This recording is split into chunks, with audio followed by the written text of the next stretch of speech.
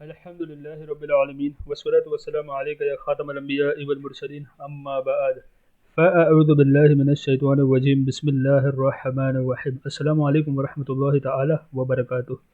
آج جو ہے ہمارا درس فقہ حنفی بہار شریعت کا لیسن نمبر 7 اور اس کا صفحہ نمبر 163 سے لے کر کے 189 تک انشاءاللہ تبارک و تعالی دوزخ کا بیان، ایمان اور کفر کا بیان ہم اس کے اندر سماعت کریں گے۔ امید کرتا ہوں اللہ تبارک و تعالی کی رضا کے لیے ہم سب اس کو سیکھیں گے اور اپنے دوست احباب تک اس کو پہنچانے کی کوشش کریں گے انشاءاللہ عز و جل۔ دوزخ کا بیان، یہ ایک مکان ہے کہ اس قہار و جبار کے جلال و قہر کا مظہر ہے۔ اللہ اکبر۔ جس طرح اس کی رحمت و نعمت کی انتہا نہیں کہ انسانی خیالات اور تصورات جہاں تک پہنچتے ہو، وہ ایک شمع ہے، شمع یعنی قلیل، چھوٹی کوانٹٹی، اس کی بے شمار نعمتوں سے اس طرح اس کے غضب اور قہر کی کوئی حد نہیں کہ ہر وہ تکلیف اور اذیت کی ادراک کی جائے، یعنی ہم جو بھی تکلیف اور اذیت سوچ سکتے ہیں، امیجن کر سکتے ہیں کہ ادراک کی جائے، ایک ادنا حصہ ہے، یعنی بہت چھوٹا حصہ ہے اس کے کمپیریزن میں اس کی بے انتہا عذاب کا۔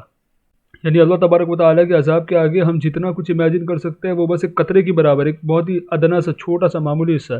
قرآن مجید اور احادیث میں جو اس کی سختیاں مذکور ہے ان میں سے کچھ اجمالاً بیان کرتا ہوں۔ اجمالاً یعنی کنسائزلی، بریفلی اس کا جو ہے بیان حضرت بہار شریعت، صاحب بہار شریعت ارشاد فرما رہے کہ مسلمان دیکھے اور اس سے پناہ مانگے اور ان اعمال سے بچے جن کی جزا جہنم ہے۔ حدیث پاک میں ہے کہ جو بندہ جہنم سے پناہ مانگتا ہے، جہنم کہتا ہے اے رب یہ مجھ سے پناہ مانگتا ہے، تو اس کو پناہ دے۔ سبحان اللہ۔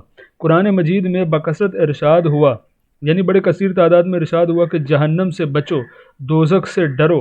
ہمارے آقا و مولا صلی اللہ تعالی علیہ وآلہ وسلم کو سکھانے کے لیے کثرت کے ساتھ اس سے پناہ مانگتے، یعنی ہمارے آقا و مولا صلی اللہ تعالی علیہ وآلہ وسلم ہم کو سکھانے کے لیے کثرت کے ساتھ اس سے پناہ یعنی جہنم سے پناہ مانگتے۔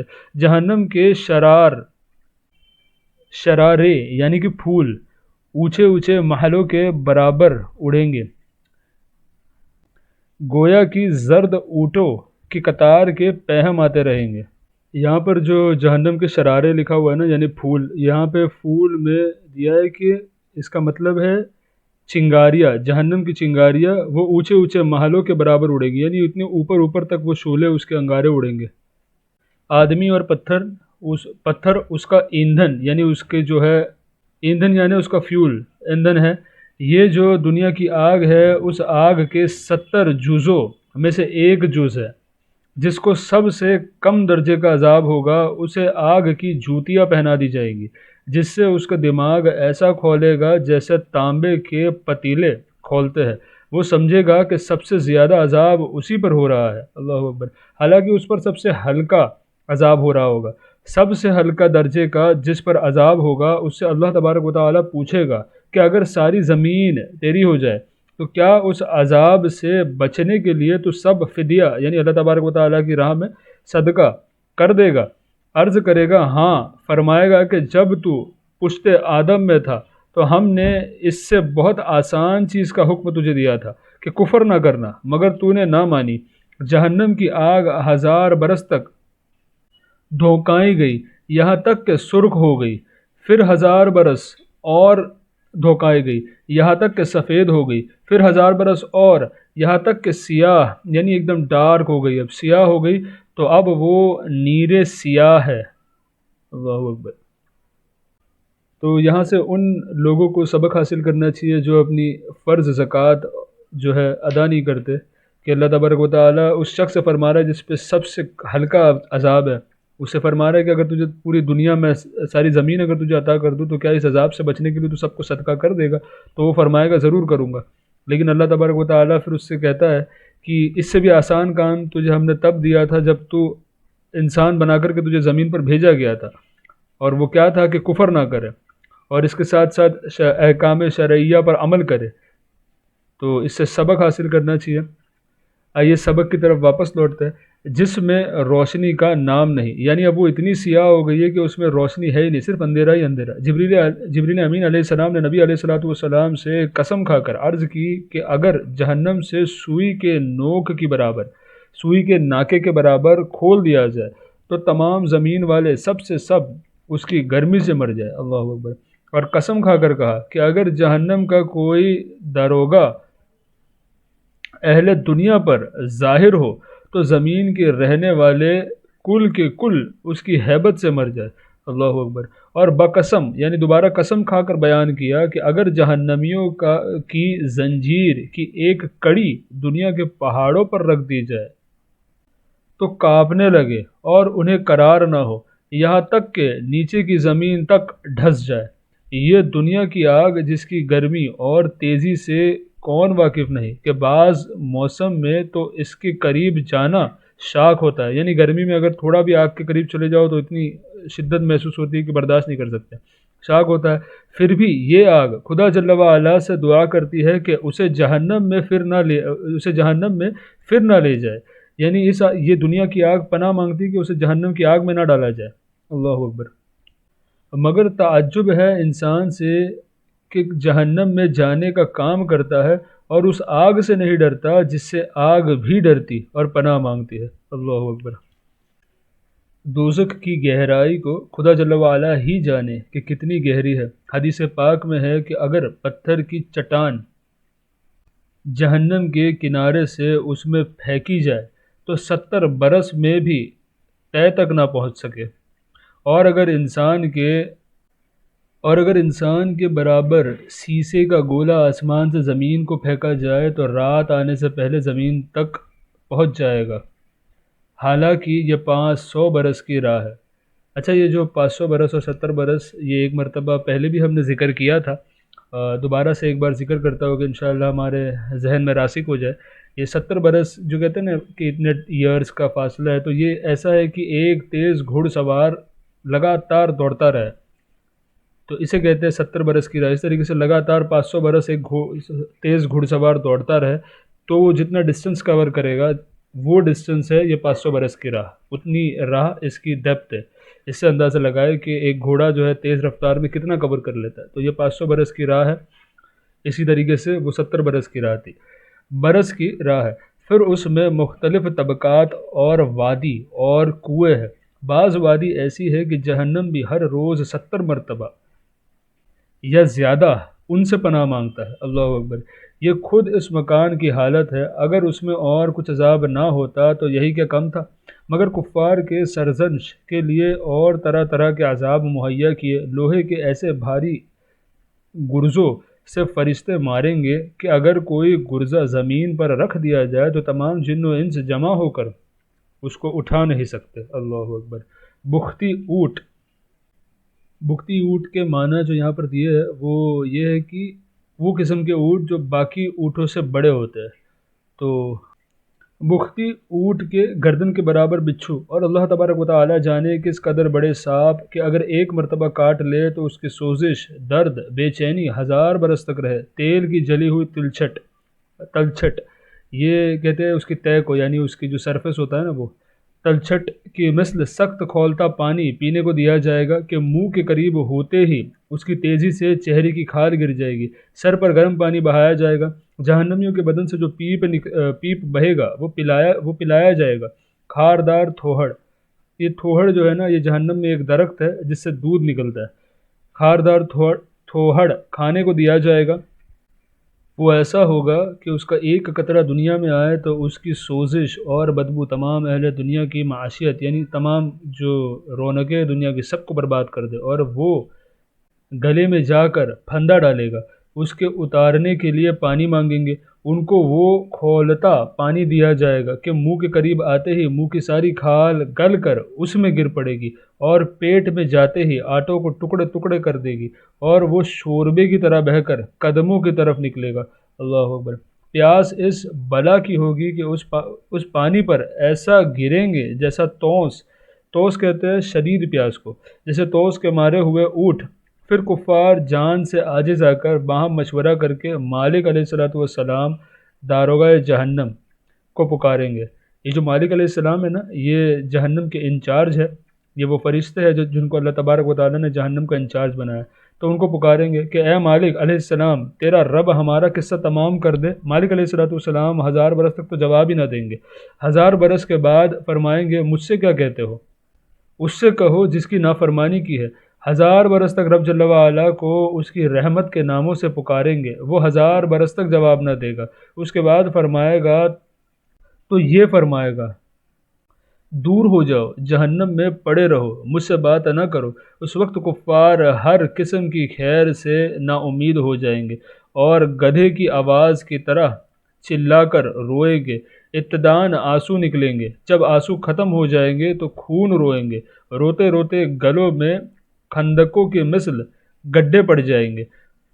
رونے کا خون اور پیپ اس قدر ہوگا کہ اگر اس میں کشتیاں یعنی جہاز جو ہے شپس ہوتی ہے، کشتیاں ڈالی جائے تو چلنے لگے گی۔ اللہ اکبر۔ جہنمیوں کی شکلیں ایسی کریاں ہوگی کہ اگر دنیا میں کوئی جہنمی اس صورت پر لایا جائے تو تمام لوگ اس کی بدصورتی اور بدبو کی وجہ سے مر جائے۔ اللہ اکبر۔ اور جسم ان کا ایسا بڑا کر دیا جائے گا کہ ایک شانے سے دوسرا شانے تک، یعنی ایک شولڈر سے دوسرے شولڈر تک تیز سوار کے لیے 3 دن کی راہ ہے۔ اللہ اکبر۔ یعنی ایک دم بڑے بڑے، ایک دم ان کو جائنٹ جیسا ایک دم بڑا بنا دیا جائے گا۔ ایک ایک داڑھ احد کے پہاڑ برابر ہوگے۔ کھال کے موٹائی 42 ذراع کی ہوگی۔ زبان 1 کوس 2 کوس تک منہ سے باہر گھسیٹتی ہوگی کہ لوگ اس کو روندیں گے۔ بیٹھنے کی جگہ اتنی ہوگی جیسے مکہ سے مدینہ تک، اور وہ جہنم میں منہ سکڑے ہوں گے کہ اوپر کا ہونٹ سمیٹ کر نیچے سر کو پہنچ جائے گا اور نیچے کا لٹک کر ناف کو آ لگے گا۔ اللہ اکبر۔ یہ جو میں نے بتایا نا کھال کی موٹائی 42 ذراع ہوگی، تو اس کا مطلب ہے 42 ہاتھ لمبی، یعنی جو سکن ہے ہماری اس کی موٹائی جو ہے 42 ہاتھ لمبی ہوگی ایسے۔ ان مضامین سے یہ معلوم ہوتا ہے کہ کفار کی شکل جہنم میں انسانی شکل نہ ہوگی، کہ یہ شکل احسن تقویم ہے، یعنی اچھی صورت ہے، اور یہ اللہ تبارک و تعالیٰ کو محبوب ہے کہ اس کے محبوب صلی اللہ علیہ وسلم کی شکل سے مشابہ ہے۔ سبحان اللہ۔ بلکہ جہنمیوں کا وہ حلیہ ہے جو اوپر مذکور ہوا۔ پھر آخر میں کفار کے لیے یہ ہوگا، یعنی یہاں پہ آگے بڑھنے سے پہلے میں آپ کو یہ بتا دوں، دیکھیے یہاں پہ کتنا اچھا جو ہے ریزن بتایا گیا ہے کہ ہم سب کی جو ہے شکل، انسانوں کی جو شکل ہے جو خوبصورت دکھتے ہیں، اور ایک فزیک ہوتی ہے ہماری، ہے نا، ایک ایستھیٹک باڈی ہم لوگوں کو اللہ تبارک و تعالیٰ نے دیا ہے۔ تو اور اللہ تعالیٰ یہ فرمایا یہاں پر حضرت صاحب بہار شریعت نے کہ انسانی شکل جو ہے وہ احسن تقویم ہے، یعنی اچھی صورت ہے، اور یہ وہ صورت ہے، یہ وہ چیز ہے جو اللہ تبارک و تعالیٰ کو محبوب ہے کہ اس کے محبوب یعنی ہمارے اور میرے اور آپ کے آقا صلی اللہ علیہ وسلم کی شکل سے مشابہ ہے۔ کیوں؟ یعنی وہ سرکار بھی جو ہے بشریت کا لباس اوڑھ کر کے دنیا میں ضرور تشریف لائے تھے، تو اس وجہ سے اس کو نسبت ہے بشریت سے، انسانی شکل سے نسبت ہے آقا صلی اللہ علیہ وسلم کو۔ اس لیے کفاروں کا جو شکل وغیرہ ہوگی، عذاب والوں کی جو شکل ہوگی، وہ بشر کی طرح نہیں ہوگی، کیونکہ اللہ تعالیٰ کو یہ چیز محبوب ہے اس کے حبیب صلی اللہ علیہ وسلم کے وسیلے سے۔ اب آگے کا درس کنٹینیو کرتے ہیں۔ پھر آخر میں کفار کے لیے یہ ہوگا کہ اس کے قد برابر آگ کے صندوق میں اسے بند کر دیا جائے۔ صندوق یعنی ایک پیٹی سمجھ لے، صندوق میں اسے بند کریں گے، پھر اس میں آگ بھڑکائیں گے اور آگ کا کوہل لگائیں گے، آگ کا کفل لگائیں گے، یعنی تالا اس پہ لگائیں گے، وہ بھی آگ کا کفل لگائیں گے۔ پھر یہ صندوق آگ کے دوسرے صندوق میں رکھا جائے گا اور ان دونوں کے درمیان آگ جلائی جائے گی اور اس میں بھی آگ کا کفل لگایا جائے گا۔ پھر اسی طرح اس کو ایک اور صندوق میں رکھ کر اور آگ کا کفل لگا کر آگ میں ڈال دیا جائے گا۔ اللہ اکبر۔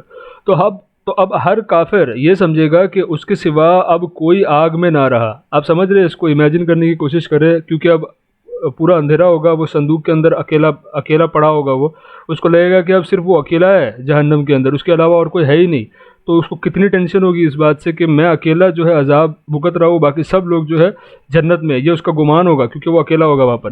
کافر یہ سمجھے گا کہ اس کے سوا اب کوئی آگ میں نہ رہا، اور یہ عذاب بالائے عذاب ہے، اور اب ہمیشہ اس کے لیے عذاب ہے۔ جب سب جنتی جنت میں داخل ہو لیں گے اور جہنم میں صرف وہی رہ جائیں گے جن کو ہمیشہ کے لیے اس میں رہنا ہے، اس وقت جنت اور دوزخ کے درمیان موت کو مینڈے کی طرح لا کر، یعنی مینڈے کی شکل میں جو ہے لا کر کھڑا کریں گے۔ پھر منادی یعنی ندا دینے والا، پکارنے والا منادی جنت والوں کو پکارے گا، وہ ڈرتے ہوئے جھانکیں گے کہ کہیں ایسا نہ ہو کہ یہاں سے نکلنے کا حکم ہو۔ پھر جہنمیوں کو پکاریں گے، وہ خوش ہوتے ہوئے جھانکیں گے کہ شاید اس مصیبت سے رہائی ہو جائے۔ پھر ان سب سے پوچھے گا کہ اسے پہچانتے ہو؟ وہ جو منادی تھا نا جس نے بلایا، وہ پوچھے گا سب سے کہ کیا تم اسے پہچانتے ہو؟ یعنی جو موت کو مینڈے کی شکل میں لا کر کے کھڑا کیا ہے، اس کو منتخب کر کے فرمائے گا کہ کیا تم اسے پہچانتے ہو؟ سب کہیں گے ہاں یہ موت ہے۔ وہ ذبح کر دی جائے گی اور کہے گا اے اہل جنت ہمیشگی ہے، اب مرنا نہیں، اور اے اہل نار ہمیشگی ہے، اب موت نہیں۔ اللہ اکبر۔ اس وقت ان کے لیے خوشی پر خوشی ہے اور ان کے لیے غم بالائے غم، یعنی جنت والوں کے لیے خوشی ہی خوشی کہ اب انہیں پرماننٹ جو ہے ہمیشہ جنت ہی میں رہنا ہے، موت نہیں آنی، کچھ نہیں ہونا، اور جہنم والوں کے لیے دکھ ہی دکھ ہے کہ اب انہیں موت نہیں آنی ہے اور ہمیشہ جہنم میں ہی رہنا ہے۔ اللہ اکبر۔ نسأل اللہ العفو والعافیۃ فی الدین والدنیا والآخرہ۔ اللہ تبارک و تعالیٰ کی پناہ، اللہ تبارک و تعالیٰ ہمیں جہنم کی آگ سے آزاد فرمائے، ہمیں ہمارے آبا و اجداد کو جو ایمان پر گئے اور ہماری آلوں کو نسلوں کو بھی اللہ تبارک و تعالیٰ دین اسلام پر استقامت اور اسی پر خاتمہ بالخیر نصیب فرمائے۔ آپ ہمارے لیے دعا کریں، ہم آپ کے لیے دعا گو ہیں۔ نیکسٹ ٹاپک ہمارا ایمان اور کفر کا بیان۔ ایمان اسے کہتے ہیں کہ سچے دل سے ان سب باتوں کی تصدیق کرے جو ضروریات دین یعنی جو امپورٹنٹ ہے دین میں، اس کی تعریف آگے آئے گی، ضروریات دین ہے، اور کسی ایک ضرورت دین کا انکار کو کفر کہتے ہیں، اگرچہ باقی تمام ضروریات کی تصدیق کرتا ہو۔ یعنی آپ نے 99 چیزیں، ایگزامپل کے لیے بتا رہا ہوں، 99 چیزیں آپ نے کہی کہ میں مانتا ہوں، اور 100 چیز جو تھی، ایک چیز جو تھی بچی ہوئی، 100 میں سے ایک چیز بچی تھی، آپ نے کہا میں اس کو نہیں مانتا، معاذ اللہ ایسا شخص جو ہے وہ کافر ہو جائے گا۔ یعنی ہر ضروریات دین کو ماننا لازم ہے۔ ضروریات دین وہ مسائل دین ہیں جن کو ہر خاص اور عام جانتے ہو، جیسے اللہ تبارک و تعالیٰ کی وحدانیت کہ اللہ تبارک و تعالیٰ ایک ہے، یہ اسے کہتے ہیں وحدانیت، اکیلا۔ اللہ تبارک و تعالیٰ کی وحدانیت، انبیاء علیہ السلام کی نبوت، جنت و نار، حشر و نشر وغیرہما۔ مثلا یہ اعتقاد کہ حضور اقدس صلی اللہ تعالیٰ علیہ وآلہ وسلم خاتم النبیین ہے، حضور علیہ الصلوۃ والسلام کے بعد کوئی نیا نبی نہیں ہو سکتا۔ عوام سے مراد وہ مسلمان ہیں جو طبقہ علماء میں نہ شمار کیے جاتے ہو۔ جب ہم کہتے ہیں نا عوام ہوتے ہیں، علماء ہوتے ہیں، تو عوام سے مراد وہ لوگ ہوتے ہیں جو عالم نہیں ہوتے، ٹھیک ہے، اور جو عالم ہوتے ہیں وہ عوام نہیں ہوتی ہے، نہ شمار کیے جاتے ہو، مگر علماء کی صحبت سے شرف یاب ہو۔ لیکن عوام وہ لوگ ہوتے ہیں جو علماء کی صحبت میں رہتے ہو، علماء سے کے ساتھ اٹھتے بیٹھتے ہو، صحبت سے شرف یاب ہو، اور مسائل علمیہ سے ذوق رکھتے ہو، یعنی شریعت کے علم سیکھنے میں، سمجھنے میں مزہ حاصل کرتے ہو، اس کو سیکھتے ہو اللہ تعالیٰ کی رضا کے لیے، نہ وہ کہ کردہ اور جنگل اور پہاڑوں۔ اچھا، جو کردہ میں نے کہا نا، اس کا مطلب یہاں پہ دیا ہے کہ یعنی کم آباد اور چھوٹا گاؤں جسے کوئی نہ جانتا ہو، اور نہ ہی وہاں تعلیم کا کوئی سلسلہ ہو، یعنی یا وہاں پر تدریس کا، تعلیم کا کوئی سلسلہ بھی نہیں ہے، کوئی سکھانے والا نہیں ہے، اور ایسا گاؤں ہے جسے کوئی جانتا ہی نہیں ہے، سمجھ رہے، جس میں آبادی بھی ایک دم کم ہے، ویسے آبادی کو جو ہے کردہ کہا گیا ہے۔ تو عوام سے مراد وہ مسلمان ہیں جو طبقہ علماء میں نہ شمار کیے جاتے ہو، مگر علماء کی صحبت سے شرف یاب ہو اور مسائل علمیہ سے ذوق رکھتے ہو، نہ وہ کہ کردہ اور جنگل اور پہاڑوں کے رہنے والے ہو جو کلمہ بھی صحیح نہیں پڑھ سکتے، کہ ایسے لوگوں کا ضروریات دین سے ناواقف ہونا اس ضروری کو غیر ضروری نہ کر دے گا۔ البتہ ان کے مسلمان ہونے کے لیے یہ بات ضروری ہے کہ ضروریات دین کے منکر نہ ہو، اور یہ اعتقاد رکھتے ہو کہ اسلام میں جو کچھ ہے حق ہے، ان سب پر اجمالاً یعنی ٹوٹیلٹی میں ایمان لاتے ہو۔ تو یہاں پر یہ بتایا گیا ہے کہ اگر کوئی ایسے گاؤں میں، جیسے کوئی آدیواسی ہے، میں مثال کے طور پہ بتا رہا ہوں، آدیواسی ہے، اس کو پتہ ہی نہیں ہے کہ یہ سارے عقیدے جو ہے، جو میں نے اوپر بتایا ضروریات دین کے، اس کو پتہ ہی نہیں ہے یہ ساری چیز، تو اگر وہ انکار نہیں کرتا ہے، اگر وہ کہتا ہے کہ میں اسلام میں جو کچھ ہے ہر اس چیز کو مانتا ہوں، اسے کلمہ بھی پڑھنا صحیح سے نہیں آتا، لیکن وہ یہ کہتا ہے کہ اسلام میں جو کچھ ہے میں ہر چیز کو مانتا ہوں، اور خدا واحد کی عبادت اگر وہ کرتا ہو، اسی پر اس کا اعتقاد ہو، اور کسی ضروریات دین کا منکر نہ ہو، تو یہ اس کے مسلمان ہونے کے لیے کافی ہے، اور اس کا ان مسائل کو نہ جاننا اس ضروریات دین کو غیر ضروری نہ کر دے گا، یعنی وہ ضروریات دین ہے بھلے وہ جانے یا نہ جانے۔ یہ اس کا خلاصہ میں نے آپ کو عرض کیا۔ عقیدہ نمبر 1، اصل ایمان صرف تصدیق کا نام ہے۔ اعمال بدن تو صالحاً، اعمال بدن تو اصلاً جزو ایمان نہیں، یعنی عمل جو ہم کرتے ہیں نا وہ ایمان کا جز نہیں ہے۔ رہا اقرار، اقرار کرنا یعنی زبان سے اس کو یہ کہنا، زبان سے اس کی تصدیق کرنا، اقرار، اس میں یہ تفصیل ہے کہ اگر تصدیق کے بعد اس کو اظہار کا موقع نہ ملا تو عند اللہ مومن ہے۔ یعنی فار ایگزامپل اکیلا بندہ تھا، مثال کے طور پر بتا رہا ہوں، کوئی کافر تھا، اس کے ذہن میں کچھ ایسا پیدا ہوا، اللہ تبارک و تعالیٰ نے کچھ اس کے ذہن میں ڈالا، اس کے دل دماغ میں ڈالا، تو اس نے اکیلے میں ہی جو ہے توبہ کر کے، اپنی تمام شرک و کفر سے توبہ کر کے، اس نے کلمہ پڑھ کر کے جو ہے اسلام قبول کر لیا۔ اب اس کو کسی کے ساتھ بات کرنے کا موقع نہیں ملا کہ وہ بتا سکے کہ میں مسلمان ہوا ہوں، میں نے کنورٹ کیا اپنے آپ کو، یہ ساری چیزیں اس کو بتانے کا موقع نہیں ملا، اظہار کا موقع اسے، تصدیق کے بعد اس کو اظہار کا موقع نہ ملا، تو عند اللہ یعنی اللہ تبارک و تعالیٰ کے نزدیک مومن ہے۔ اور اگر موقع ملا اور اس سے مطالعہ کیا گیا، اور یہی ایگزامپل لے لے پہلا والا، اس نے اکیلے پن میں جو ہے تصدیق کر لی، دل سے اس نے اسلام کو قبول کر لیا، باہر جانے کے بعد اس کو کوئی ملا اور اس نے اس سے پوچھا کہ کیا تو نے اسلام قبول کیا، کسی نے اس سے جو ہے سوال کیا، اگر موقع ملا اور اس سے مطالبہ کیا گیا اور اقرار نہ کیا تو کافر ہے۔ اب اس سے پوچھا گیا اور اس نے جو ہے کہا کہ نہیں میں تو مسلمان نہیں ہوا ہوں، تو اب وہ شخص کافر ہی رہے گا، تو کافر ہے۔ اور اگر مطالبہ نہ کیا گیا تو احکام دنیا میں کافر سمجھا جائے گا، نہ اس کے جنازے کی نماز پڑھیں گے، نہ مسلمانوں کے قبرستان میں دفن کریں گے، مگر عند اللہ مومن ہے، اگر کوئی امر خلاف اسلام ظاہر نہ کیا ہو۔ یہ جو آخری پوائنٹ تھا اس میں یہ بتایا کہ مثال کے طور پہ جیسے اس نے اکیلے پن میں اسلام تو قبول کر لیا، باہر جا رہا ہے، 10-15 دن زندہ رہا، وہ 4-5 سال زندہ رہا، لیکن کسی نے کبھی اس سے مطالبہ نہیں کیا، کبھی آ کر کے پوچھا نہیں۔ میں صرف ایگزامپل کے طور پہ آپ کو سمجھانے کے لیے عرض کر رہا ہوں کہ یہ قاعدہ کیا بتایا یہاں پر، تو کسی نے اس سے پوچھا ہی نہیں، اس کو اقرار کا موقع ہی نہیں ملا، تو احکام دنیا میں اس کو وہی سمجھا جائے گا کہ وہ کافر ہے، کیونکہ کسی نے پوچھا نہیں، اس نے کبھی اقرار کر کے بتایا نہیں، تو ہم لوگوں کو پتہ ہی نہیں چلا نا کہ وہ مسلمان ہے۔ ہاں اگر اس نے کسی نے اس کو نماز پڑھتے دیکھا ہو یا کوئی کام کرتے دیکھا ہو تو جا کر کے پوچھا، الگ بات ہے۔ میں ایگزامپل دے رہا ہوں کہ کبھی کسی کو بتایا ہی نہیں اس نے، یا کبھی کسی نے اس سے پوچھا ہی نہیں اس بارے میں، ہے نا، کبھی کسی نے پوچھا نہیں تو اس نے اقرار بھی نہیں کیا اس کا، لیکن وہ دل سے ایمان والا تھا اور ایمان والے کام بھی کر رہا تھا، لیکن کسی کو پتہ نہیں چلا، تو ایسے شخص جو ہے، ایسا شخص دنیا کی نظر میں، ہم لوگوں کی نظر میں وہ کافر ہی ہوگا، لیکن اللہ تبارک و تعالیٰ کے نزدیک کیونکہ وہ دلوں کے حال سے واقف ہے، وہ مومن ہے، لیکن اس کی نماز جنازہ نہیں پڑھی جائے گی، اس کو مسلمانوں کے قبرستان میں دفن نہیں کیا جائے گا، ٹھیک ہے۔ یہ مسئلہ آپ کو سمجھانے کے لیے عرض کیا۔ عقیدہ نمبر 2، مسلمان ہونے کے لیے یہ بھی شرط ہے کہ زبان سے کسی ایسی چیز کا انکار نہ کرے جو ضروریات دین سے ہے۔ مسلمان ہونے کے لیے یہ بھی شرط ہے کہ زبان سے کسی ایسی چیز کا انکار نہ کرے جو ضروریات دین سے ہے، اگرچہ باقی باتوں کا اقرار کرتا ہو، اگرچہ وہ یہ کہے کہ صرف زبان سے انکار ہے، دل میں انکار نہیں، چاہے یہ کوئی بھی طریقے سے کہہ دے، وہ شخص جو ہے مسلمان نہیں ہوگا، ٹھیک ہے، اس کو ہر چیز پہ ماننا ہوگا۔ اگرچہ وہ یہ کہے کہ صرف زبان سے انکار ہے، دل میں انکار نہیں، کہ بلا اکراہ شرعی مسلمان کلمہ کفر صادر نہیں کر سکتا، وہی شخص ایسی بات منہ پر لائے گا جس کے دل میں اتنی ہی وقعت ہے کہ جب چاہے انکار کر دیا، اور ایمان تو ایسی تصدیق ہے جس کے خلاف کی اصلاً گنجائش ہی نہیں۔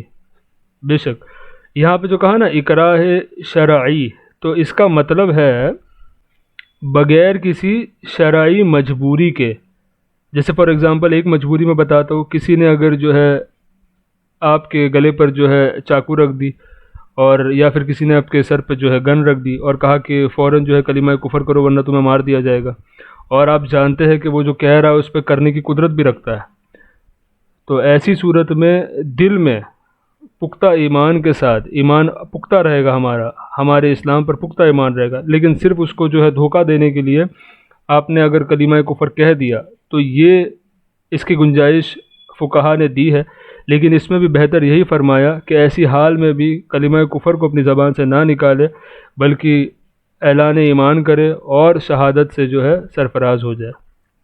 تو یہ سمجھانے کے لیے آپ لوگوں کو مسئلہ عرض کیا۔ مسئلہ ایک، اگر معاذ اللہ کلمہ کفر جاری کرنے پر کوئی شخص مجبور کیا گیا، یعنی اسے مار ڈالنے یا اس کا عضو یعنی اس کا کوئی باڈی پارٹ کاٹ ڈالنے کی صحیح دھمکی دی گئی کہ یہ دھمکانے والے کو اس بات کے کرنے پر قادر سمجھے، تو ایسی حالت میں اس کو رخصت دی گئی ہے، مگر شرط یہ ہے کہ دل میں وہی اطمینان ایمان ہو جو پیشتر تھا، مگر افضل جب بھی یہی ہے کہ قتل ہو جائے اور کلمہ کفر نہ کہے۔ یہ وہی مسئلہ ہے جو میں نے ابھی آپ لوگوں کو بتایا اوپر۔ مسئلہ نمبر 2، عمل جوارح۔ عمل جوارح یعنی اعضاء سے کیے گئے عمل، باڈی پارٹس کو یوز کر کے جو عمل کیے جاتے ہیں نا اسے۔ عمل جوارح داخل ایمان نہیں، البتہ بعض اعمال جو قطعاً منافی ایمان ہو، یعنی جو ایک دم ایمان کے اپوزٹ ہو، قطعاً منافی ایمان ہو، ان کے مرتکب کو کافر کہا جائے گا، جیسے بت یا چاند، سورج، بت یعنی آئیڈلز، آئیڈل ورشپنگ، بت یا چاند سورج کو سجدہ کرنا، اور قتل نبی یا نبی کو توہین یا نبی کی توہین، یا مصحف شریف یعنی قرآن مقدس یا کعبہ معظمہ کی توہین اور کسی سنت کو ہلکا بتانا، یہ باتیں یقیناً کفر ہے۔ ٹھیک ہے، اس کے بعد یوں ہی بعض اعمال کفر کی علامت ہے، یعنی کچھ عمل ایسے ہوتے ہیں جن کو دیکھ کر کے آپ کہو گے ارے یہ تو صرف کافر ہی کرتا ہے، تو ایسے عمل، ٹھیک ہے۔ یوں ہی بعض اعمال کفر کی علامت ہے، جیسے زنار باندھنا۔ زنار کہتے ہیں وہ دھاگا یا ڈوری جو ہندو گلے سے بغل کے نیچے تک ڈالتے ہیں، اور عیسائی، مجوسی یعنی آگ کی پوجا کرنے والے مجوسی اور یہودی کمر میں باندھتے ہیں۔ سر پر چٹیا رکھنا۔ چٹیا جو ہے نا وہ چند بال ہوتے ہیں، یعنی کچھ کوانٹٹی تھوڑی سے بال ہوتے ہیں جو بچے کے سر پر منت مان کر ہندو لوگ رکھتے ہیں، اسے چٹیا کہتے ہیں۔ کشکا لگانا۔ کشکا کہتے ہیں پیشانی پر سندل یا زعفران کے 2 نشانات، ٹیکا، تلک جو ہندو ماتھے پر لگاتے ہیں، وہ جو ٹیکا وغیرہ لگاتے ہیں نا وہ لوگ، وہ ساری چیزیں، اسے کہتے ہیں کشکا لگانا۔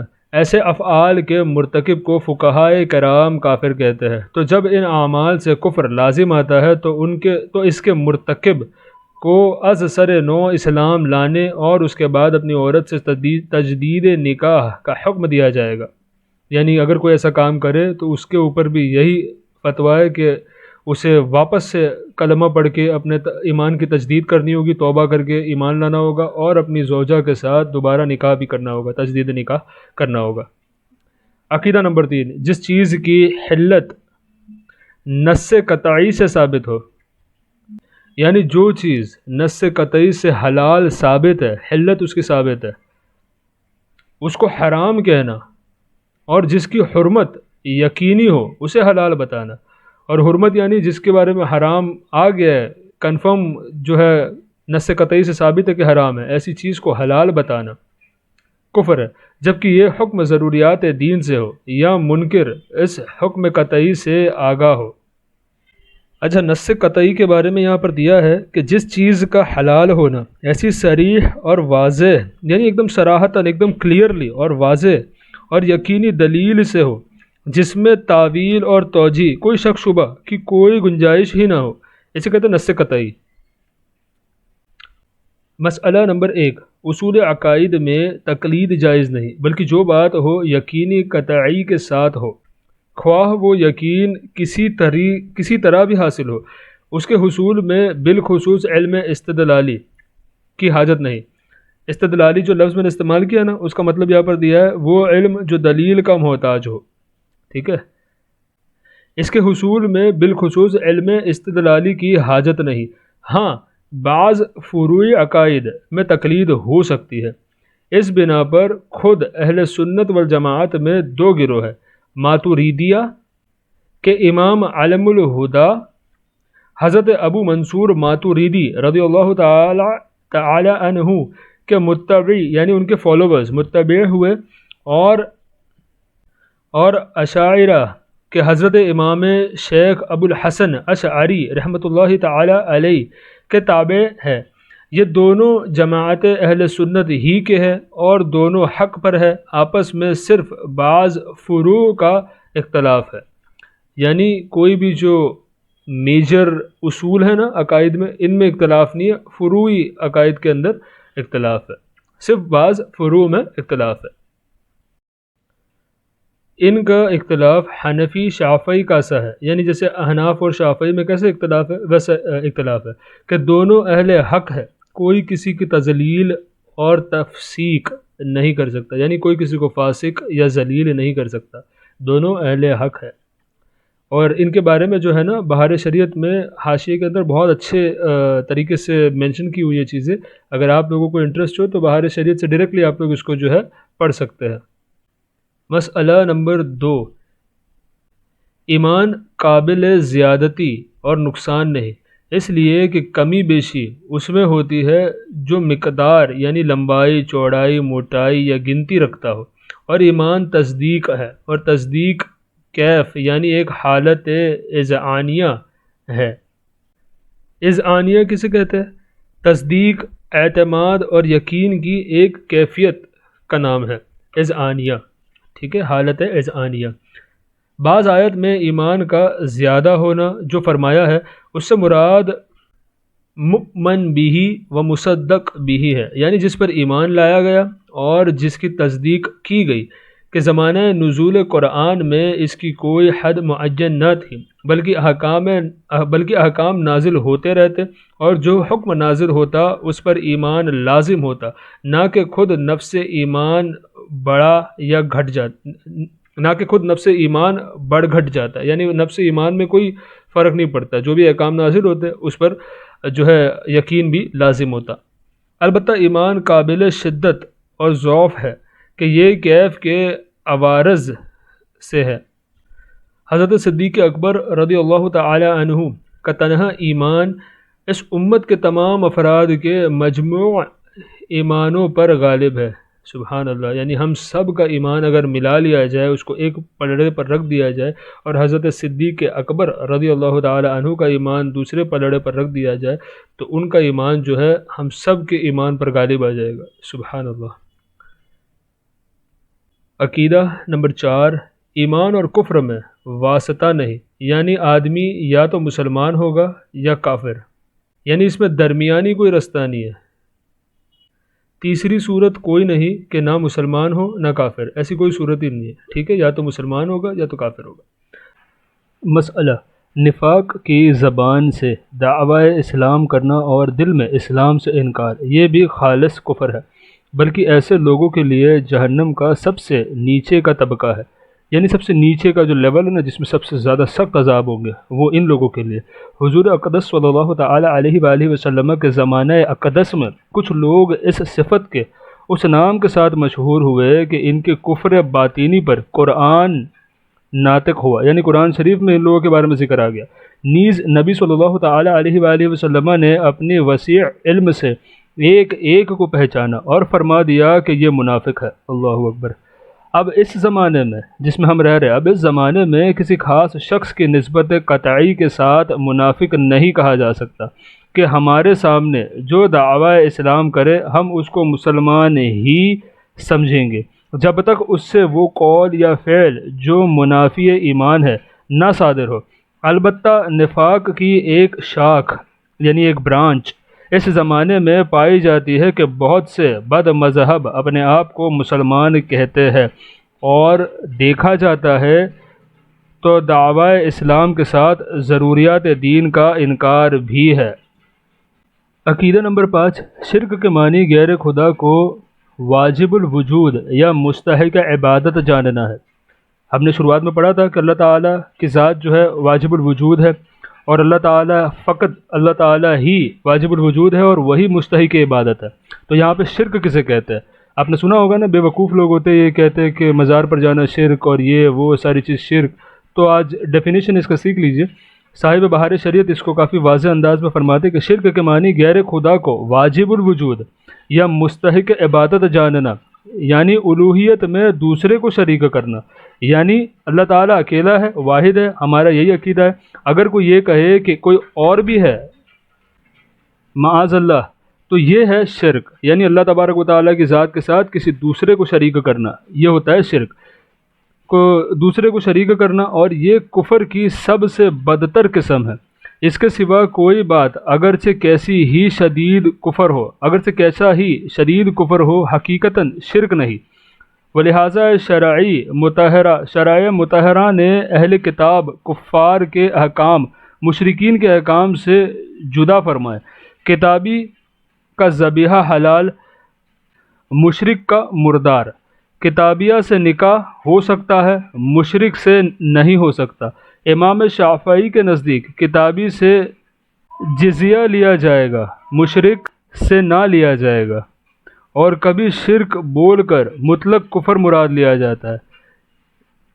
یہ جو قرآن عظیم میں فرمایا کہ شرک نہ بخشا جائے گا، وہ اسی معنی پر ہے، یعنی اصلاً کسی کفر کی مغفرت نہ ہوگی، باقی سب گناہ اللہ تبارک و تعالیٰ کی مشیت پر ہے، جسے چاہے بخش دے، جسے چاہے گرفتار فرما لے۔ یہ جملہ جسے چاہے گرفتار فرما لے میں نے اپنے طرف سے ارشاد فرمایا۔ عقیدہ نمبر 2، مرتکب کبیرہ، یعنی جو کبیرہ گناہ کرتا ہو، مرتکب کبیرہ مسلمان ہے اور جنت میں جائے گا، خواہ اللہ تبارک و تعالیٰ اپنے محض فضل و کرم سے، فضل سے اس کی مغفرت فرما دے، یا حضور اقدس صلی اللہ تعالیٰ علیہ وآلہ وسلم کی شفاعت کے بعد، یا اپنے کیے کی کچھ سزا پا کر اس کے بعد کبھی جنت سے نہ نکلے گا۔ سبحان اللہ، یعنی کبھی نہ کبھی وہ جنت میں ضرور جائے گا، ضرور ضرور جائے گا۔ مسئلہ، جو کسی کافر کے لیے اس کے مرنے کے بعد مغفرت کی دعا کرے، یا کسی مردہ مرتد کو جو مرحوم یا مغفور، یا کسی مردہ ہندو کو بیکھنڈ باشی کہے، وہ خود کافر ہے۔ بیکھنڈ باشی یعنی جنتی، اگر کوئی کسی ہندو کو جو کفر پہ مرا ہو، ہے نا، جو ہندو ہے، اس کو اگر کوئی بیکھنڈ باشی کہے، جنتی کہے، تو ایسا شخص کافر ہے۔ یا جو کسی مرتد کو، مرتد اسے کہتا ہے جو اسلام لانے کے بعد کفر پہ گیا ہے، وہ جو ایکس مسلمز ہوتے ہیں نا، یہ ان کو کہا جاتا ہے مرتد۔ تو یہ لوگ جو ہے، ان کو اگر کوئی مرحوم کہے، یعنی یا مغفور کہے، یعنی ان کی بخشش ہوئی، یا ان کے اوپر رحمت ہو، یا رپ کر کے اسٹیٹس لکھتے ہیں ریسٹ ان پیس وغیرہ، یہ تمام چیزیں کفر ہے۔ کیونکہ کافر کے لیے دعائے مغفرت نہیں ہوتی، کفر پہ چلا گیا، ختم، اس کا اب کوئی اس کا باہر نکلنے کا کوئی راستہ نہیں ہے۔ جو تھا تب ہوتا جب وہ دنیا میں تھا، تب اسے ہدایت مل سکتی تھی، اب مرنے کے بعد اس کا کوئی مسئلہ نہیں ہے، کفر پہ مرا ہے، اس کے لیے کوئی رحم اور کوئی چیز نہیں کی جا سکتی۔ عقیدہ نمبر 7، مسلمان کو مسلمان، کافر کو کافر جاننا ضروریات دین سے ہے، اگرچہ کسی خاص شخص کے نسبت یہ یقین نہیں کیا جا سکتا کہ اس کا خاتمہ ایمان یا معاذ اللہ کفر پر ہو۔ تا وقت یہی ہے، یعنی اس وقت ہمارے لیے یہی ہے کہ اس کا خاتمے کا حال دلیل شرعی سے ثابت نہ ہو، مگر اس سے یہ نہ ہوگا کہ جس شخص نے قطعاً کفر کیا ہو، اس کے کفر میں شک کیا جائے، کہ قطعی کفر کے کفر میں شک بھی آدمی کو کافر بنا دیتا ہے۔ اللہ اکبر، یعنی یہاں پہ بتانا یہ چاہ رہے ہیں کہ فار ایگزامپل اگر کوئی ابھی کافر ہے تو اس کو کافر جانے، ایسا نہ سمجھے کہ ہمیں کیا پتہ کل کو اسلام لے کر کے آ جائے، کل ایمان پر مل جائے۔ آپ غیب کے جاننے والے نہیں ہیں، آپ اس بنیاد پر یہ نہیں کہہ سکتے کہ میں اس کو کافر ابھی نہیں کہوں گا، میں جو ہے اس کو تھوڑا ٹائم دیتا ہوں، نہ یہ نہ وہ، یہاں پر ہیلے بہانے نہیں چلیں گے۔ جو یہ قاعدہ بیان کیا ہے فقہائے کرام نے کہ کافر کے کفر میں شک کرنا، تو جو شک کرے گا وہ خود کافر ہو جائے گا۔ یعنی اگر اپنا ایمان بچانا ہے تو کافر کو کافر جانے، مسلمان کو مسلمان جانے، بے وجہ کسی مسلمان کو کافر نہ جانے اور کسی کافر کو مسلمان نہ جانے، کیونکہ جس طریقے سے کوئی کافر ہو سکتا ہے مرتے وقت ایمان لے کر کے آ جائے، ہمیں پتہ نہیں، اسی طریقے سے ایک مسلمان مرتے وقت کفر پر مر جائے، ہمیں پتہ نہیں، تو اس بنیاد پر تو مسلمان کو مسلمان بھی نہیں کہا جا سکتا ہے نا۔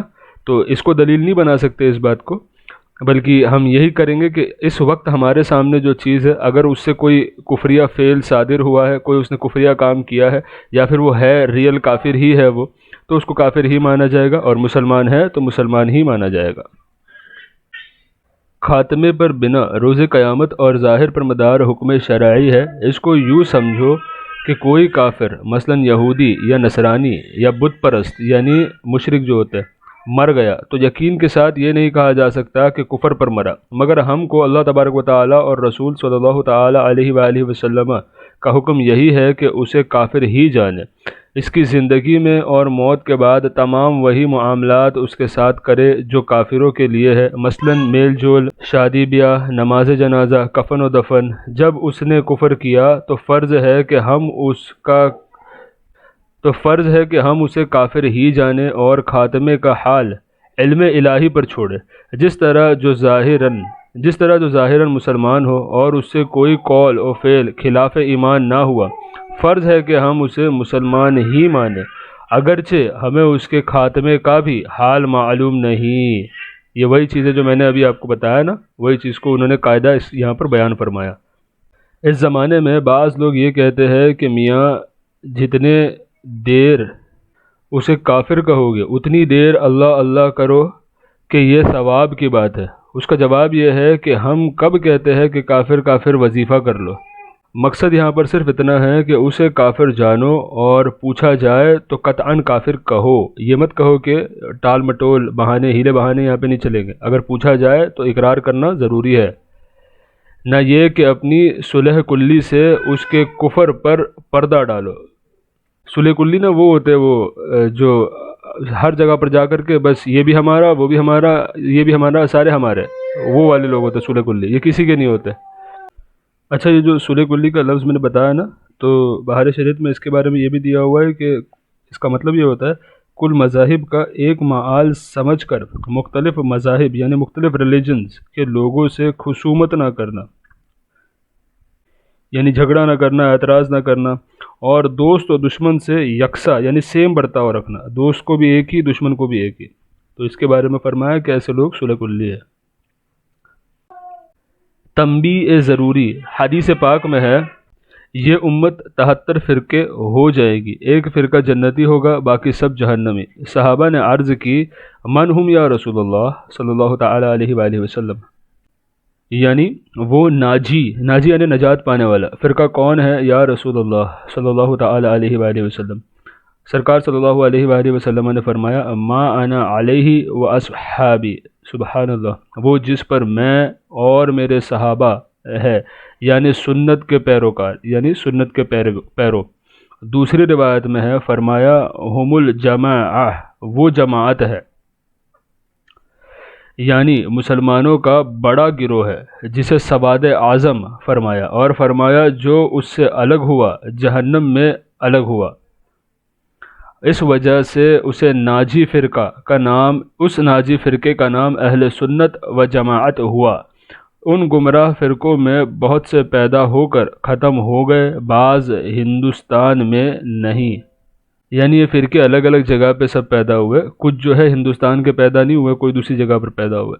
ان فرقوں کے ذکر کی ہمیں کیا حاجت ہے کہ نہ وہ ہے نہ ان کا فتنہ، پھر ان کے تذکرے سے کیا مطلب؟ جو اس ہندوستان میں ہے مختصراً ان اعتقاد کا ذکر کیا جاتا ہے کہ ہمارے عوام بھائی ان فریب میں نہ آئے کہ حدیث پاک میں ارشاد فرمایا ایاکم و ایاہم لا یضلونکم ولا یفتنونکم، اپنے کو ان سے دور رکھو اور انہیں اپنے سے دور کرو، کہیں وہ تمہیں گمراہ نہ کر دے، کہیں وہ تمہیں فتنے میں نہ ڈال دے۔ سبحان اللہ، یعنی حدیث پاک ہی سے ہمیں یہ پتہ چلا کہ جو انسان سنی نہیں ہے، جو انسان وہ بد مذہب ہے، اور اس کے بارے میں حدیث پاک میں ارشاد فرمایا گیا کہ خود اپنے آپ کو ان سے دور رکھو اور انہیں ہم سے دور رکھو، یعنی وہ ہم سے دور رہے، ہم ان سے دور رہے۔ کیونکہ اگر ساتھ میں نسبت کو شے ممتاز ہے، آپ نے یہ چیز سنی ہوگی، جو جس کے ساتھ رہتا ہے، جو صحبت اختیار کرتا ہے، دھیرے دھیرے اس کے سانچے میں ڈھلنے لگتا ہے۔ اسی لیے حدیث پاک میں بہترین طریقہ ہمارے پاس آ گیا کہ جس کے بارے میں آپ کو پتہ ہے کہ یہ بد مذہب ہے اور اس کا کوئی چانس نہیں ہے، کچھ نہیں، تو بد مذہب ہے تو اس کو چھوڑ دیا جائے، اس سے اپنے آپ کو دور رکھا جائے، اپنے بچوں کو، گھر والوں کو، اور اسے اب ہم سے، ہمارے بچوں سے، ہمارے گھر والوں سے اسے دور رکھا جائے غیر سنیوں سے۔ آج کا ہمارا درس یہیں پر ہم مکمل کرتے ہیں، انشاءاللہ تبارک و تعالی اگلے درس میں اس کے آگے ہم لوگ کنٹینیو کریں گے۔ تب تک کے لیے دعا کی گزارش۔ السلام علیکم ورحمۃ اللہ تعالی وبرکاتہ۔